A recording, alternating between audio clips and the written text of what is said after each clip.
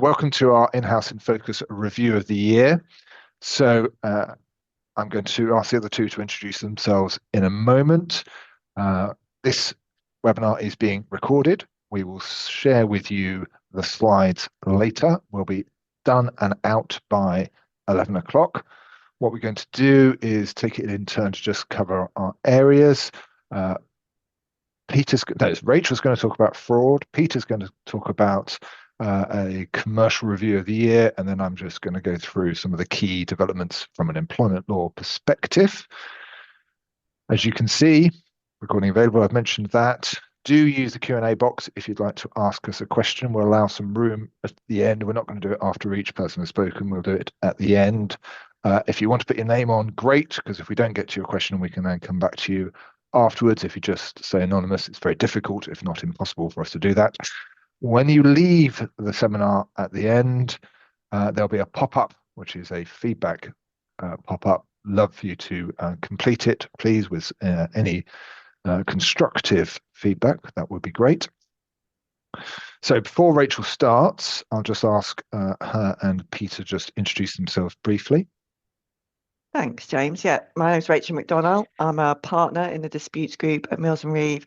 I specialise in commercial disputes and also white-collar crime investigations, and that's the reason why I'm talking to you about fraud today. Pete? And I'm Peter Wainman, a partner in the commercial team, and I advise on commercial contracts in a broad range of contexts, particularly around tech and data. Thank you both. So Rachel's going to start. We'll then seamlessly move into Peter, and then I'll finish up. Over to you, Rachel. Perfect. Thanks, James. I'm just going to use my 15-minute slot to talk to you about the new corporate offence of failure to prevent fraud. For those of you who joined this very same session last year, you may recall that I covered the new offence then. And it's fair to say that at that time, I was probably expecting that the offence was going to be enforced by now. However, as with most things this year, the timetable has been delayed. We received the long-awaited guidance on the new offence just in November. And at that time, it was confirmed that the offence is going to come into force on the 1st of September 2025. So it's a bit of a cheat, really, from me for my session, because rather than look back, I'm going to do more of a look forward, looking at the nature of the new offence and what organisations are doing to prepare for its introduction. So without further ado, failure to prevent fraud, what is it? If you could move to the next slide, James. Brilliant. So many of you will be aware of this legislation already, both the Economic Corporate Crime Transparency Act, which is a bit of a mouthful, and the failure to prevent fraud offence within it have garnered pretty significant public attention. The context of this legislation is that is very simply a government drive to reduce the volume of fraud taking place in the UK and to address the significant losses that the UK suffers as a result of it. According to their annual fraud indicator review in 2023, apparently the UK loses approximately 219 billion per year to fraud, and this is all about trying to reduce that amount. Now, there are two key aspects of the new legislation, or the legislation that came in last year, that expands potential corporate criminal liability for organisations. And you may remember last year I talked to you about both of them. Just to recap, the first, which was a change that came in at the end of last year, was to the identification doctrine. And what that means was that now, rather than having to have the directing mind and will of the company, which was a very difficult test, committing the act for the corporate then to be liable, now it's much, much broader. A senior manager of a company, if they commit a relevant offence, and that could be fraud or bribery or any number of a long list of offences, then the organisation is also guilty of that offence. And then the second was the failure to prevent fraud, and that's what we're looking at today. Given the recently published guidance by the government and the fact that we now know it's coming into force in September 25. And it really means that, that lead-in time is purposeful. Our clients and companies and organisations have a window of opportunity to get ready for the events coming in. Now, the concepts of the guidance, and I'll go through them in a minute, will be pretty familiar to many organisations, and it looks broadly similar to some of the work done when preparing for the Bribery Act coming in all those years ago. But I think the real key differentiator in relation to failure to prevent fraud is that the underlying fraud offences, there are so many more of them, they are so much broader than with other failure to prevent offences. So what that means practically is that in practical terms, it's much, much easier and more common for the act to be carried out, and therefore much, much easier for the failure to prevent fraud offence to bite. I've set out on the slide there the constituent elements of the offence. And which I'm going to run through just by way of a reminder, and for those of you who may not be familiar with it, and also pick up with some of the additional information that's been provided by the guidance that was published last month. So the first element is that an employee, agent, subsidiary, or associated person commits a fraud. This is already a very broad definition, but the purpose of it is to capture anyone who performs services on behalf of an organisation. And the guidance clarified that the definition of associated persons includes organisation supply chains. So it's really, really broad. And it also includes subsidiaries of parent companies as well. And the second element on the slide you can see is they need to commit that fraud. And there's a schedule in the Act, which is Schedule 13, which sets out all of the different types of offences. Again, it's a broad list. There are things that you'd expect on there, such as sort of theft and obtaining services dishonestly. But there are also false accounting, making false statements, fraudulent trading, and more. So all of those sort of base frauds would then potentially trigger this failure to prevent fraud offence. The final thing is probably worth to say on committing a fraud is that there really is no need for that underlying fraud to be prosecuted, or actually even for it to be committed at all. All that needs to be proven when going after the organisation for the failure to prevent is that the underlying fraud did take place to the criminal standard, which is obviously beyond reasonable doubt. Thirdly, that fraud needs to be committed with an intention to benefit the organisation. So very clearly, if the organisation is a victim of the fraud, this offence isn't going to bite. There's no need, though, as with the failure to prevent bribery, there's no need for the actual benefit to be received. There just needs to be an intention to benefit. And that's quite important, really, because ultimately, even if you didn't get the benefit, if someone was undertaking a fraudulent activity intending to benefit the company, then that will bite. And it's worth flagging as well, it also includes sort of financial and non-financial benefits. So, for example, disadvantaging a competitor may be an example of a non-financial benefit.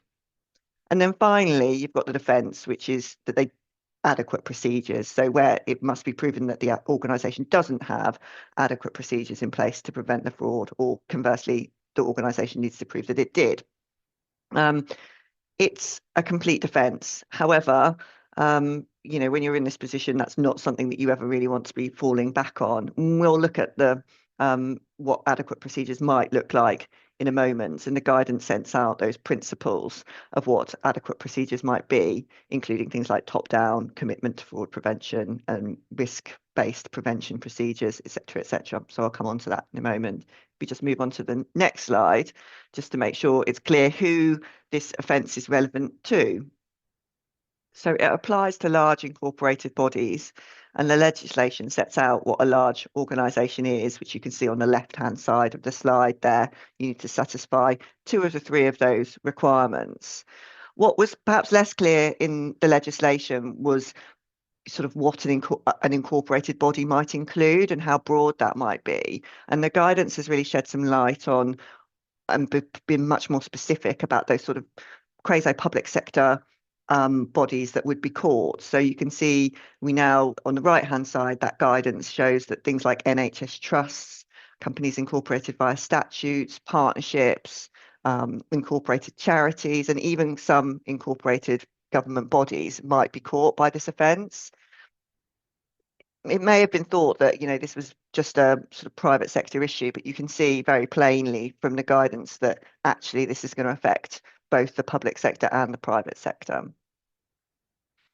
I think as well, it's probably worth noting, you might be sitting there thinking, actually, I work for a small organisation, so this isn't going to apply to us, which is strictly true, I guess. But I do think that over the coming sort of months, years, what we're going to find is if you do contract, for example, with a large organisation, they are going to be questioning and asking questions about your anti-fraud prevention measures, because they themselves are going to need to satisfy themselves that they're, compliant, and that they are not risking a potential failure to prevent fraud offence.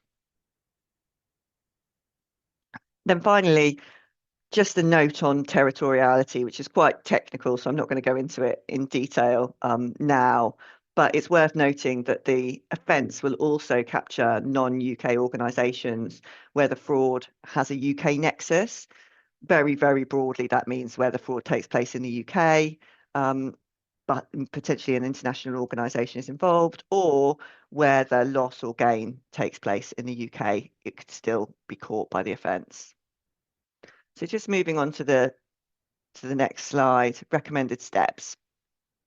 The above sets out what we consider to be sort of the path of best practice for preparing the new legislation, which, defence coming into force in September, to make sure those procedures are in place. I'll cover off each stage briefly, but I'll say at the outset, it's fair to say that I wouldn't say that all of our clients are following this path, and that everybody needs to take sort of different and proportionate approaches. Nevertheless, this is the sort of thing that the government is expecting large organisations to be doing to one degree or another. And in fact, the largest organisations have been working on this already and are up and running. So you can see, we say today and then you move on, but actually there are organisations that are well down this pathway. So leadership, that looks like setting up working groups, dealing with ownership of who has that ownership of this issue, who is the lead on the compliance, and then allocating sufficient budget. Secondly, risk assessment, carrying out an in-depth review of where the risks are within your organisation, and there are going to be some obvious ones, such as procurement and finance, and some less obvious ones. And the guidance is clear that this needs to be a focused and proportionate risk assessment, and using the right level of resources for the particular organisation. It's not a one-size-fits-all. Moving up the chain, you'll think about drawing up a fraud prevention plan, which that's what it says on the tin. And then thinking about your gap analysis of your current procedures, thinking about where you can put improvements in place or new procedures. Implementation, training, communication. Then you can see the offence comes into force on the 1st of September. And beyond that, there's an expectation of ongoing monitoring, review, record keeping and improvement steps. So it's not just the case that you put these measures in place and think that would be it. The record keeping thing, is important throughout, because ultimately, if you want to be demonstrating that you have these procedures in place, you need to be able to evidence that. So this is the sort of best practice situation. I think where our clients and where some organisations are at the moment is that they have policies that deal with anti-bribery. They have policies that deal with inward fraud. So by inward fraud, I mean, where the organisation is the victim. They may not have robust policies and procedures to deal with outward fraud, i.e. fraud where the company benefits. And with this in mind, the starting point is really, even at a very high level, to think about the extent of the risks of outward fraud through a risk assessment. Think about what current procedures are in place and how effective those have been, and then you can build on that. Understanding that sort of ground level is really important.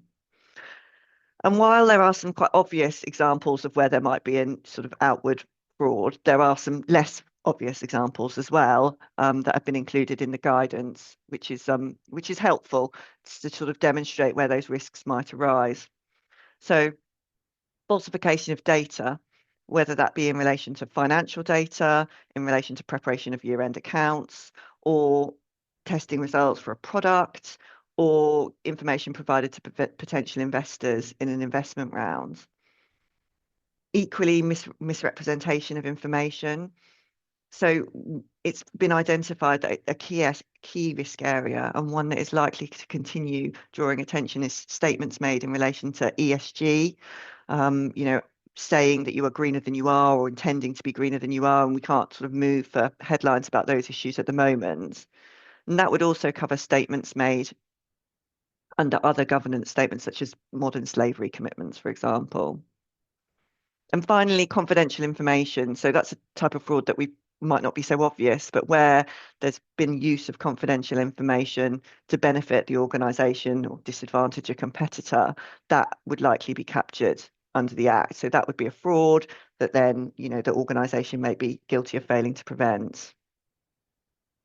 Now, there are any number of ways in which allegations of fraud might come to light. It could be a whistleblower, it could be an audit, it could be any number of things.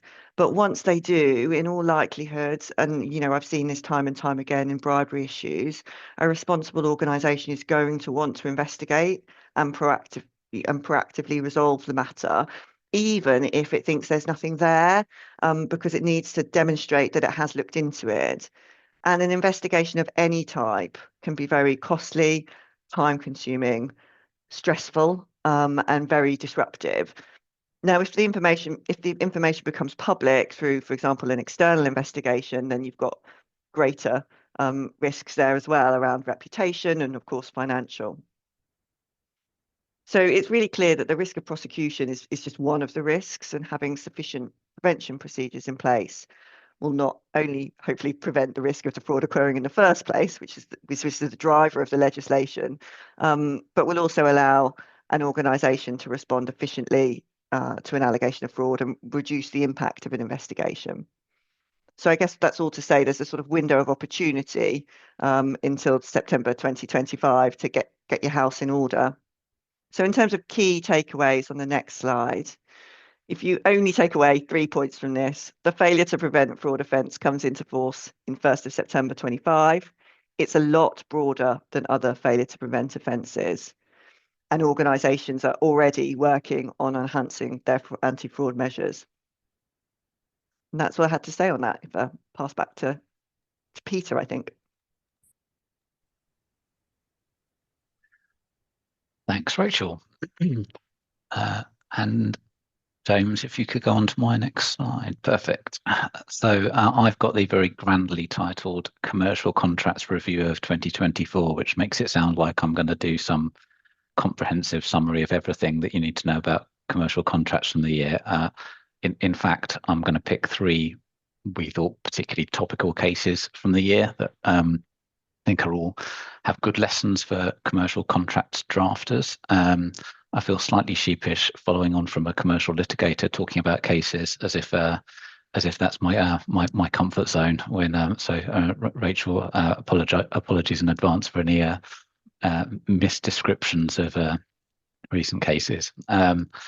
So James, if you could zip on to the next slide. So we've picked 3 cases to talk about on the kind of perennial issues really that come up around contract drafting, and I'm sure in Rachel's world as well. So one on limitation of liability, one around contract formation, battle of the forms, and one on force majeure.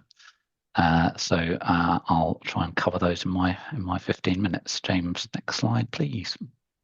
So the first one is Topelson and Rolls-Royce.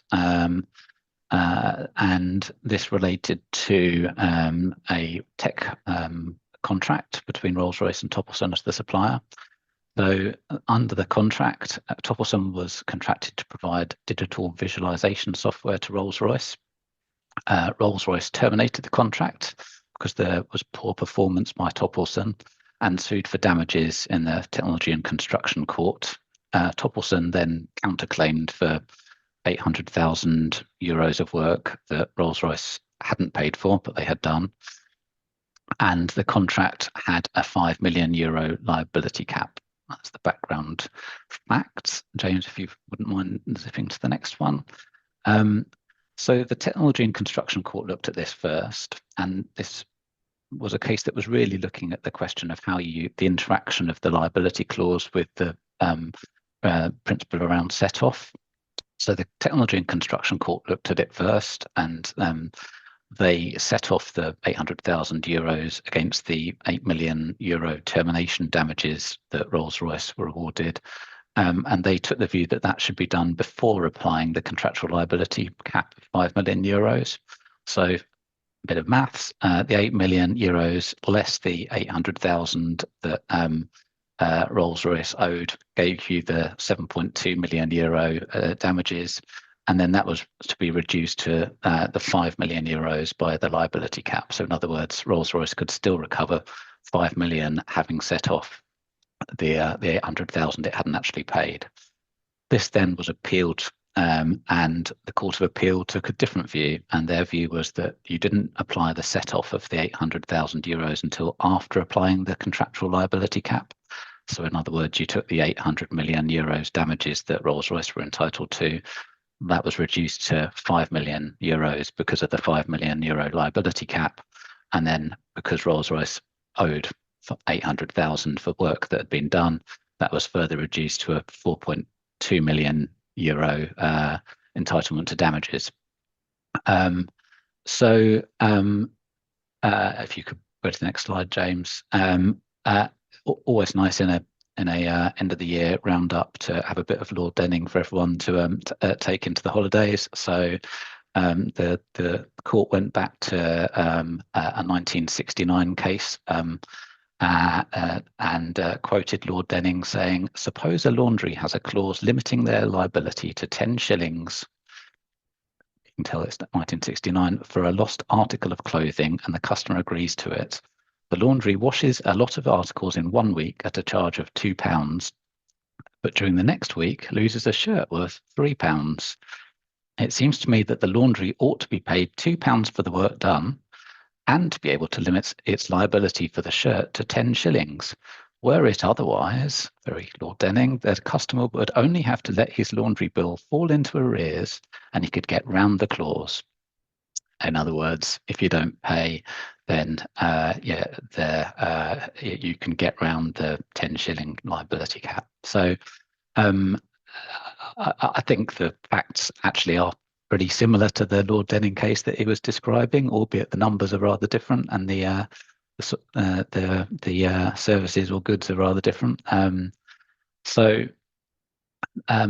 There's a few things to pick up from this, James, if you could go to the next one. So one is, I suppose, what might seem like a common sense view, which is that the courts are unlikely to allow the parties to circumvent liability caps by withholding properly due payments. So just by withholding the money it owed, Rolls-Royce shouldn't have been able to get round the 5 million euro liability cap. That sort of seems a fair principle. But also there was another message in the case, as ever, when we have these roundups and reminders, that if you're going to limit your liability, then you do need to be very careful about how you draft those clauses and what you're excluding.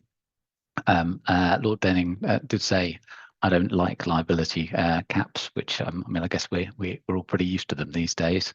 But in this case, there was a question of whether or not the liability cap wording could exclude interest on late payments, and because it hadn't been drafted clearly enough, the judgment in this case was that it didn't exclude interest on late payments in calculating the cap.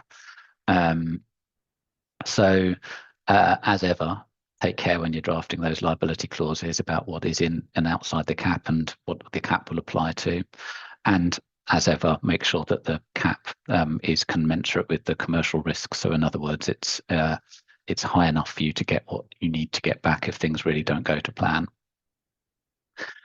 So that's the first one. Kind of familiar messages there on drafting liability clauses. And a bit of Lord Denning for you. So the next one, thank you, is around contract formation and battle of the forms. So this was a case, Caledonia Water Alliance and Electro Steel Castings.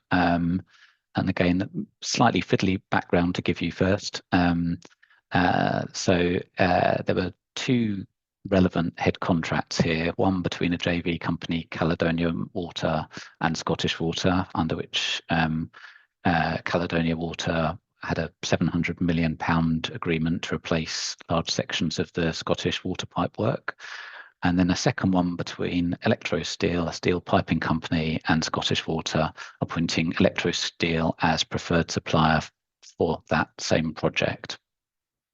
So what happened here was Caledonia Water, as part of carrying out that work under the under the contract, issued 60 purchase orders to Electrosteel for steel pipe work for use in the project. And if you could go to the next slide, there was then an argument about which terms applied to the supply of the pipes. So Caledonia Water had emailed Electrosteel asking for pricing. Electrosteel sent back a quote, and under its standard automatic processes included Electrosteel standard terms on that response. Caledonia Water issued a PO and through their automatic processes included Caledonia Water's standard terms. Electrosteel acknowledged that order, incorporating their own standard terms. Materials, the pipe was delivered, the invoices were paid. Everyone agreed that there were contracts. Nobody agreed which contracts, which terms applied to those contracts, and there was then a dispute. The argument being, was it the appendix to the head contract 2? In other words, was it Scottish Water's terms under the contract Electrosteel had signed up to as preferred supplier? Or was it the terms on Electrosteel's order acknowledgement that they'd sent back in reply? Again, if you could go on, James. So the court decided that both parties, despite including their standard terms on the orders and despite those purchase orders saying this superseded any previous arrangements between the parties, the decision was that the parties had intended the standard wording to be ignored and to contract on the head contract terms from Scottish Water. And the court rejected Electrosteel's argument that the court should follow a traditional offer and acceptance analysis. In other words, because Electrosteel's terms had come through last on the order acknowledgement, should Electrosteel's terms have applied under the fired the last shot battle of the forms principle. But the court rejected that and said that both parties knew that their respective head contracts with Scottish Water required them to use Scottish Water's terms for any work on the water pipe replacement project and had agreed to that up front. And the court thought, well, if the parties had intended their own standard terms to apply, they should have been much clearer rather than just using automatically generated purchase orders and order acknowledgements. So, for example, nobody had raised the fact that there was a conflict between their standard terms on any of the 60 purchase orders that had been issued. Nobody challenged that. Nobody added anything to those purchase orders to say that this wouldn't apply, the Scottish Water terms wouldn't apply. And they also didn't do some of the things that their own PO processes would have required them to do for those to be binding. So, for example, there were no signatures on the POs. So it's a slightly unusual outcome in that the court's decision was to ignore both the written word of the POs and the conventional analysis of whose terms landed last, and instead say, well, what did the parties intend, and what can we infer from their behaviour under signing up to the original head contracts to supply for this project?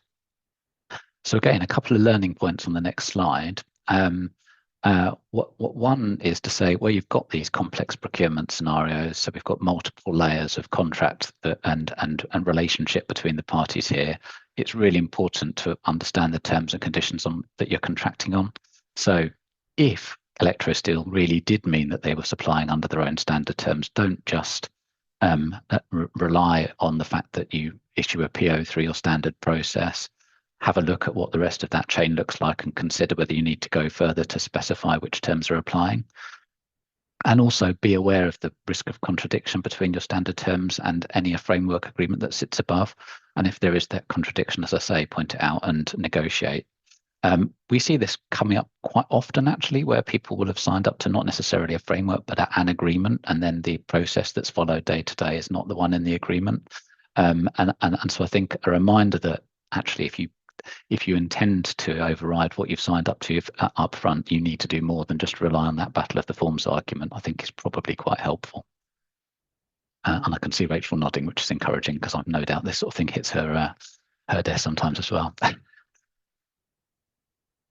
Yeah, it sure does. I mean, I think, I can think of 3 or 4 cases that I've had this year, and you end up with PO terms that simply do not correlate to what's been going on in practice, plus an overarching agreement that doesn't correlate again to what's been going on in practice. And where you end up is saying, ultimately, you're going to need to negotiate on this one because we haven't got any certainty here about what the terms are and what you can rely on. So it really does leave you in a very difficult position. And I'd also say from a drafting point of view, don't just assume because you've got one of those standard lines in your PO or your invoice that says this overrides everything that's come before, that will be enough. You do need to then take some more active steps to look at actually how does that sit with the other relationship, the kind of course of dealing, plus also what was in the head contract. Yeah, agreed. Cool, thank you. And then the last one is looking at a case around force majeure. So some topical facts in terms of geopolitical events of the last year or so. So this is RTI and MUR shipping, under which MUR had a contract with RTI to transport bauxite from Guinea to Ukraine that stipulated payment in dollars. RTI's parent company was sanctioned by the government, so it couldn't pay in US dollars in a timely way. MUR suspended shipments following relying on the force majeure clause that relied payment in dollars, and RTI pushed back and said, well, we'll pay you in euros then, and then MUR could convert the payment through its bank on receipt, and RTI offered to cover any exchange loss that had been suffered. Again, if you could go to the next one, James. So the argument was whether or not under the force majeure provision was that offer to pay in euros and then cover any shortfall going far enough under the requirements of the force majeure event, which was that it had to be something that couldn't be overcome by reasonable endeavours from the party affected. And RTI argued that by refusing to accept payment in euros, MUR had failed to exercise reasonable endeavours to get around the US sanctions problem, and that it put forward a reasonable solution. And if simply by using reasonable endeavours, MUR could have solved the problem. MUR said, well, they shouldn't be required to accept an offer of non-contractual performance. In other words, the contract said it's got to be payment in dollars. This wasn't payment in dollars. Okay, James, if you could go to the next one. So this went to and fro. The arbitrator decided that RTA should have accepted payment in euros. The High Court overturned that decision. The Court of Appeal overturned the High Court's decision. And finally, this year, the Supreme Court overturned the Court of Appeal decision and decided that a reasonable endeavours proviso in a force majeure clause doesn't require a contracting party to accept an offer of non-contractual performance. In other words, the parties are free to contract on the terms they choose. It's up to the court just to enforce those terms, and you can't then, through the back door of a force majeure clause, require somebody to accept something that wasn't what they signed up to in the first place in terms of the performance. So again, a couple of learning points on the next slide. If you are going to try to terminate for force majeure, then you're not going to be required to accept non-contractual performance, even if it does appear commercially reasonable under one of those reasonable endeavours clauses. And if you're trying to avoid termination for force majeure event, if you're going to go down a different route, payment in euros, then you're going to need consent to do something other than what was in the contract. And I suppose one more, that if you're drafting the clause on payment up front, if you want to allow flexibility for choice of euros or dollars or other payment terms, you need to be clear right from the start. Right, I've gone slightly over there, James, but I think that's my 3 done. So over to you. Thanks, Pete. I think the phrase of the morning, which is going to keep me warm as we go into the festive season, is it's always nice to have a Lord Denning quote as we go into the festive season. Brilliant, Peter. Unfortunately, I don't have any Lord Denning quotes in my review of the year from an employment perspective, which I'm very disheartened and disappointed by. But nonetheless, I will try and get through it. Both of you have got some questions, by the way, if you could have a quick look at those. Hopefully I will finish about 5:02. So what am I going to cover? Holiday, a bit of family friendly, a little bit of flexible working, fire and rehire. That comes up a number of times in what I'm going to talk about.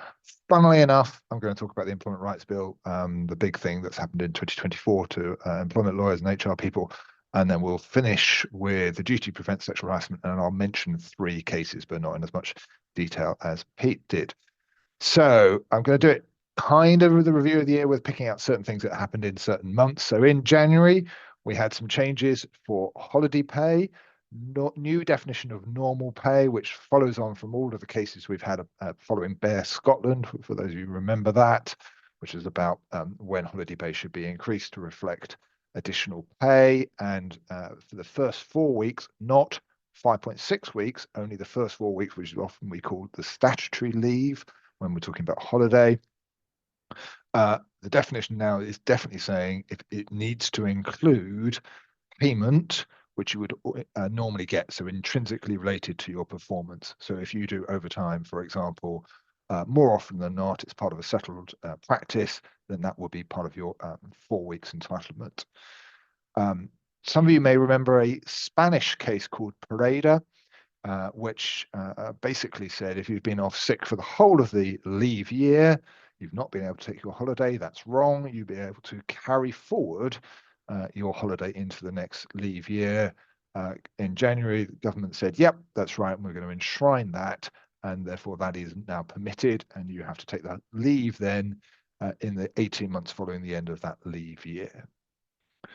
The other change was to deal with a tricksy decision called Harper and Brazil, which set the cat amongst pigeons, all about how we calculated holiday pay for part year and irregular hours workers. This came in on 1st of April.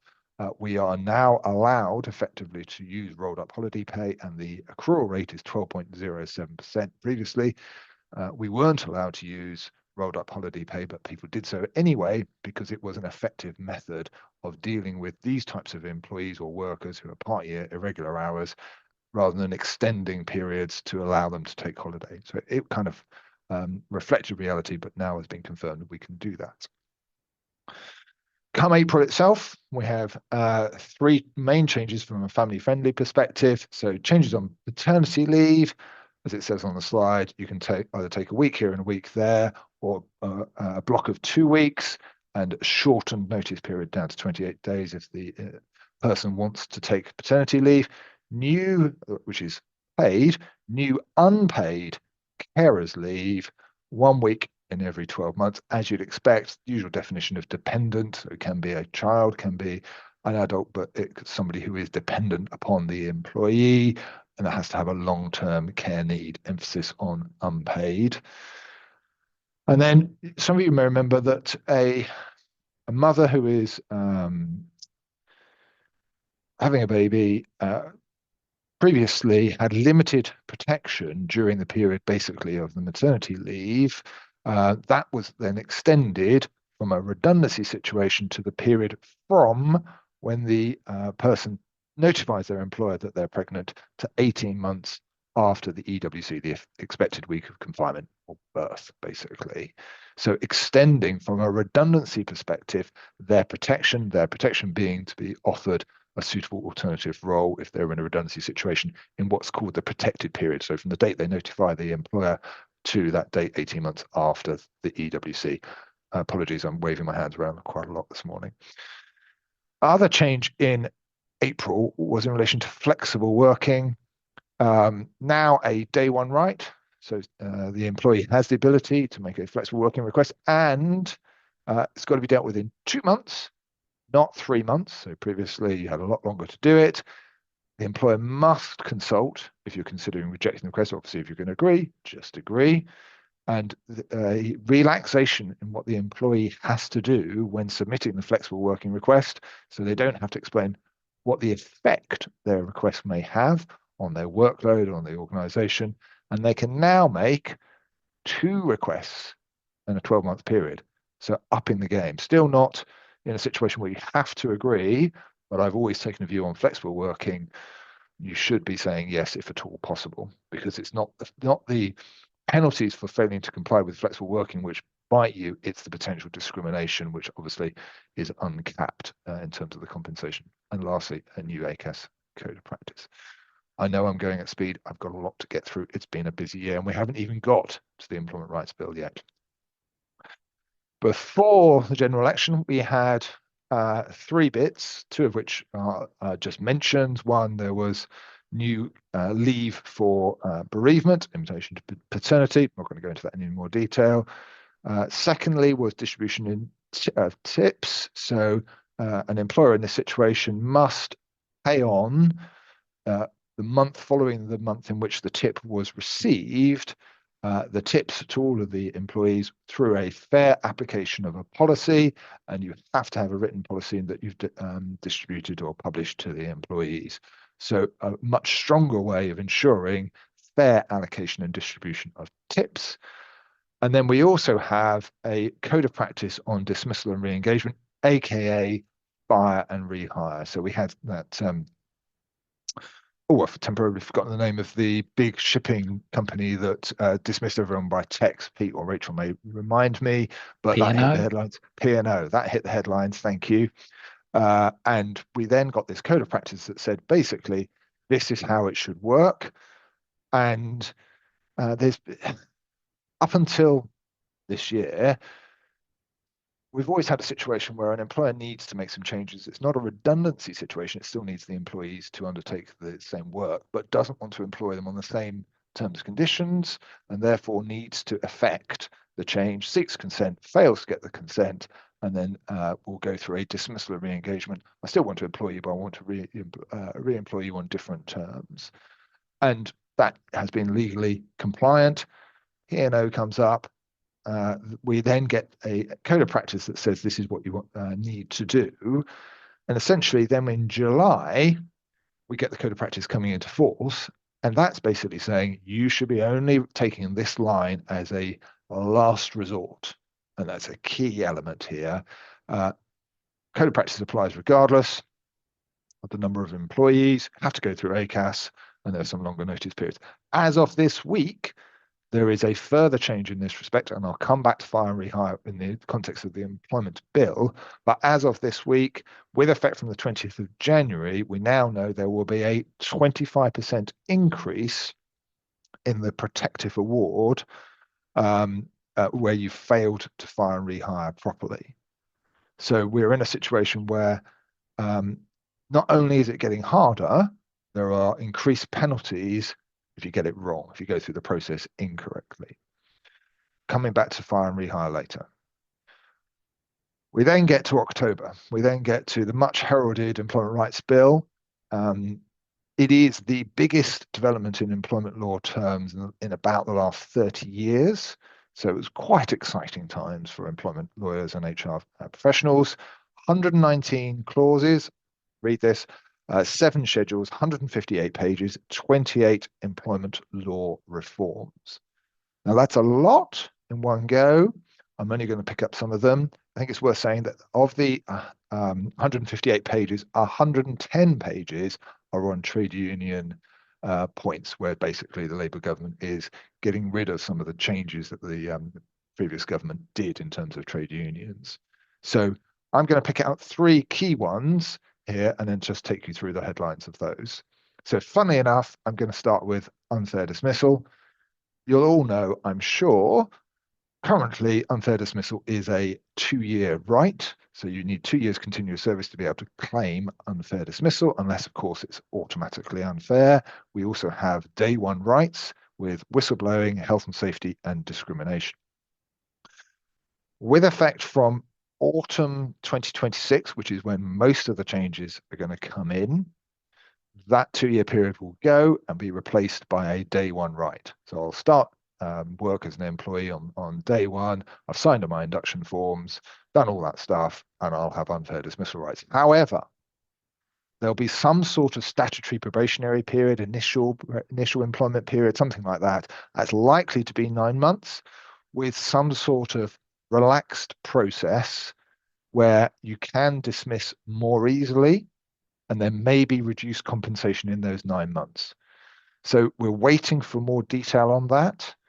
But at the moment, it would appear that day 1 for everybody, but some initial period, some relaxation of the otherwise day one rights full unfair dismissal rules applying. We are hearing some grumbles that this will mean that employers are less likely to take people on and therefore have a negative impact on recruitment. We'll see. I think much will depend upon how that statutory probationary period will work. Lots to talk about in collective consultation terms. So I'm sure some of you remember Woolworths, and you went and got your pick and mix on a Saturday morning with your parents, and that was a joy and a privilege. And then when you were a bit older, then you went and got your 7-inch single, all that sort of stuff. And then when you're even a bit older, you got your CD single. However, not enough of you went to Woolworths because Woolworths went pop. And when Woolworths went pop, it changed the law. So from a collective consultation perspective, right now, collective consultation, so the duty to consult on major changes like redundancies, is triggered when you are proposing 20 or more redundancies within a 90-day period at one establishment. And the establishment point came out of the Woolworths decisions. So lots of Woolworths were being closed, and it was then working out whether the 20 or more applied to a group of Woolworths stores, all of the Woolworths stores, or just each Woolworths stores. And the Woolworths decision at the time said it was each Woolworths stores, which made it less likely you're going to be engaged in collective consultation. This government is saying we're going to remove the establishment criteria. So that means the test will be 20 or more redundancies in a 90-day period. So that's the whole of the employer. So if you have many different offices, and you have 5 here, and you have 5 here, and you have a number here, and you get to 20 within a 90-day period, you've triggered collective consultation more quickly rather than only looking at it per site. So we're going to be in collective consultation more often. Furthermore, much like we're seeing on fire and rehire, there is increased focus on if you get collective consultation obligations wrong. The remedy for that is called a protective award. It's a failure to inform and consult properly. The remedy is 13 weeks uncapped pay, so actual pay, so basically a quarter of your payroll is the maximum. However, the government is consulting on increasing that, and they are saying either increasing it to 180 days, so taking it from 90 days, 13 weeks, to 180 days, or there'd be no cap whatsoever. So suddenly it's got real teeth. Furthermore, there's talk about making fire and rehire, dismissal and re-engagement automatically unfair. So not just really hard last resort, as we saw from the code of practice, actually making it automatically unfair. Really changing the game on this. 2 other things not on the slide. There is talk about interim relief being available for collective consultation. So interim relief is something that's used in whistleblowing if the individual can say, oh, I've been dismissed because I blew the whistle. If they can convince an early doors tribunal that that's the case, they are reinstated for the purposes of pay until the final hearing. We know the tribunal system is, let's just put it politely, overburdened, and therefore there are some considerable delays. That means the person is reinstated for pay for potentially 1.5 to 2 years, or longer if it's going to be a many-day case. So that's a real benefit to the employee looking at doing the same for collective consultation scenarios. And lastly on this, they're looking at thinking about increasing when it's 100 or more employees. So when it's between 20 and 99 employees, it's a period of 30 days collective consultation. If it's 100 or more, currently it's 45. They're talking about increasing that to 90 days. So in all, lots of big changes coming with collective consultation. Another change, right now it's it's 3 months to go to tribunal effectively. You've got to go to ACAS within 3 months, and then in broad terms, you get another month to then file. In response to the Law Commission and various points, they've decided that they're going to consult, if you see what I mean, on extending the principal period from 3 to 6 months. Is that going to result in more claims?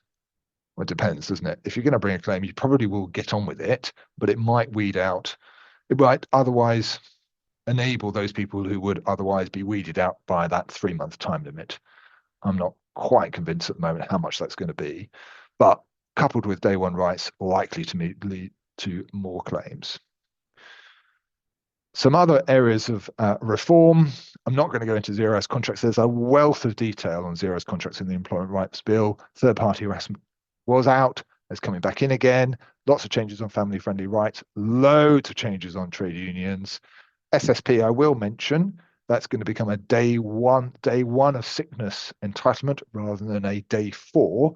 So currently with SSP, you only get SSP on the 4th day, so what's called 3 waiting days. That's going to become a day 1. So you're going to have more people potentially off sick because they're not going to be paid. So they are going to be paid rather than having to wait 3 days unless you have company sick pay. The government's economic analysis, rather than my estimate of what this is going to be a cost to businesses of 5 billion a year, 0.4% uplift, and they think it could increase tribunal claims by 15%. That's a big number. And right now, the tribunal system, they're recruiting more judges. We're seeing a lot of delays. So more and more tribunal claims coming through is going to be problematic potentially. What else is coming through? Right to switch off, single worker status, you've got self-employed, you've got workers, you've got employees. How is that all going to work out? And then a review of parental and carers leave. Something I really just want to finish on before I just touch on 3 cases is the new duty to prevent sexual harassment. So we already have, under the Equality Act, an obligation on an employer to take steps to ensure that there is no sexual harassment or any other form of harassment and discrimination. However, from October, the stakes were raised where the employer has to take all reasonable steps to ensure that sexual harassment has not taken place. You need to be on this. We all got Christmas parties, festive parties coming up or have happened. You needed to have looked at the risk associated with those and everything else in relation to how your business operates and undertaking a risk assessment, and that is key. So not only having a policy and doing training on this, making sure your managers are aware of this in particular, but you've done a risk assessment. I've got alcohol at some sort of party. What is the triggers? What are the risks associated with that? You can't just ignore this. It's not a new claim, but it's putting a new obligation on you to take reasonable steps to prevent sexual harassment. And as you can see, we're back to our old friend, the 25% uplift in compensation if you've been judged not to have taken all reasonable steps to prevent it. Oh, that was a lot. I'm going to finish on 3 court decisions, very much to mention. Trade union law, there's a decision that trade union members are not getting enough protection because the current law is incompatible with the Human Rights Convention. So that will no doubt be fixed with the Employment Rights Bill sections when they finally come in. Back to fire and rehire, it's the theme of today. Tesco's were seeking to change terms and conditions of many staff, but the Supreme Court said, we're not happy about that. You can't force that through. That has been stopped. And lastly, we've got football referees, query what their status is going to be. And we know there's going to be this review of worker and employee. And the Supreme Court is saying, well, we're going to need to have a clearer framework on that. That was very much a canter through with no Lord Denning, as I said, but nonetheless, I hope it was useful. Right, we've got various questions. We've got 5 minutes to do it. So Rachel, Pete, you need to be quite quick on what you share and what you're going to answer. So who's going first? Shall I go first? I think I'll cover 2 very quickly, and then I'll come back to probably a third after the session. So I've been asked, you mentioned with an associated person with the failure to prevent fraud offence. This includes the supply chain. Is it even more important to undertake good supplier due diligence as a result of that? I think the answer to that is yes, absolutely. I mean, we've long seen supplier due diligence and checking on anti-bribery type controls. I think now we're going to see an expansion of that to look at anti-fraud prevention measures as well. I'm not yet seeing clients taking those steps, but I think as part of their sort of path of best practice, that's what's going to happen. And then secondly, I've got the question of, does the failure to prevent fraud offence, does the definition of large incorporated body include subsidiaries? And the answer to that is yes, it does. Okay, thank you. Pete? I could do a run of Battle of the Forms ones in probably 1 minute. So one's the easy one. What was the name of the case? Caledonia Water Alliance, Electro-Steel and Electro-Steel Castings was the case. And then a run of 3 or 4 that are on the same sort of topic. So what's the way to deal with Battle of the Forms where there will be terms passed to and fro in POs after the main contract is signed, just like in the case we described? I think the answer is, if you don't want those PO terms to apply, then upfront in the agreement say something to the effect that we know that's going to happen, but those terms don't apply, and then ideally edit those POs to say that those terms don't apply. Or if you can't do that, have an acknowledgement of the PO that says, thanks very much for the order, but we note those terms don't apply. And if you don't do those things, I mean, I guess what the case is saying, even if you don't do those things, the head contract may still apply, but if you don't, you're introducing risk. Similar question with respect to the Battle of the Forms case, where the master agreement is negotiated and signed, and then there are POs that get an acknowledgement, get acknowledged. Would this supersede the framework agreement? I think the answer is not necessarily, and under that case, if you want them to supersede it, you need to go out of your way in those POs or in the acknowledgement to say that that's what you're doing. Otherwise, there is a chance that the head contract would still apply. Similar question regarding Battle of the Forms. If you're presented with additional PO terms and you don't want to agree to them, but you end up signing up to them, can you just follow up with an email to clarify which terms apply and which don't? Well, that's a sensible thing to do. If you can't, if the process is the process and you can't edit the PO, then an immediate response that says we've just signed up to these, but that's on the assumption that the head terms apply or that these terms apply. That's a good thing to do. Obviously, assuming you send it to somebody with authority, obviously the risk is they'll then reply to you and say we don't agree, and you'll end up in a loop. But that's a sensible thing to do.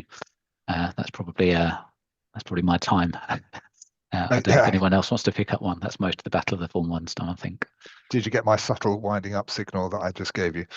No, clearly not. I only have one question, which was, does collective consultation obligations go outside, or is it group companies? The answer is it's per legal entity, so it's not going to come cross the legal entities. So I think that's the only good point I can tell you.